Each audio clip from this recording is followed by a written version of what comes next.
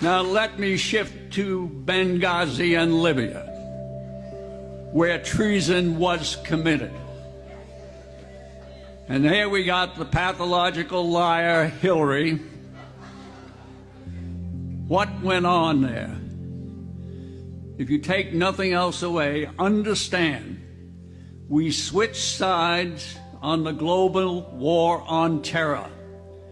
They knew they were funding Al-Qaeda militias, the Muslim Brotherhood controlled militias, and those rebels in Syria who morphed into ISIS. They provided them training, funding, and weapons. There's no question about it. Now, I can't cover everything in the little time left, but I want to take you, well, let's say one thing. You know, Benghazi never had to happen. Hillary, you know, Gaddafi wanted to go into truce negotiations. He was ready to abdicate. 2 days of negotiations went on. My good friend Chuck Kubik, retired Rear Admiral, was conducting them with African, Carter Ham. They were terminated after 2 days by somebody outside the Pentagon. You can figure out who that was. So what happened? Tens of thousands of people lost their lives. Here's a president who got the Nobel Peace Prize for giving a speech. Yet he couldn't give a few more days for truce negotiations. Now I want to take you to the time just before the attack. And you know, there were multiple warnings of the attack. I mean, Benghazi was out of control. There were 10 militias running wild. And repeated requests by Stevens for increased security were denied or unanswered. And I got to tell you, who in the hell would know if you provided Stevens with 6 more security guards? Nobody. The same way, Lieutenant Colonel Andy Woods, Special Security Team in Tripoli, if he was kept there until the middle of September, instead of being drawn out the end of August, who would know? Nobody.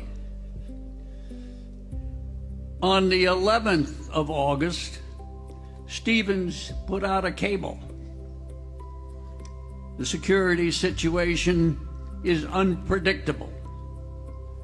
On the 16th of August, he put out another one that said, yeah, what did it say? It said the special mission compound cannot withstand a coordinated attack. On the 29th of August, the Libyan government put out a special alert on Benghazi because of the attacks on foreigners and their installations. The CIA, GRS security team, and these are the guys that did the 13 Hours movie. I personally talked to them. They told me there were 10 to 12 days of advance warning. It was posted each and every day on their bulletin board. So, you know, as a combat commander, you never want to be caught short. So you have to ask, why weren't forces pre-positioned? Never happened.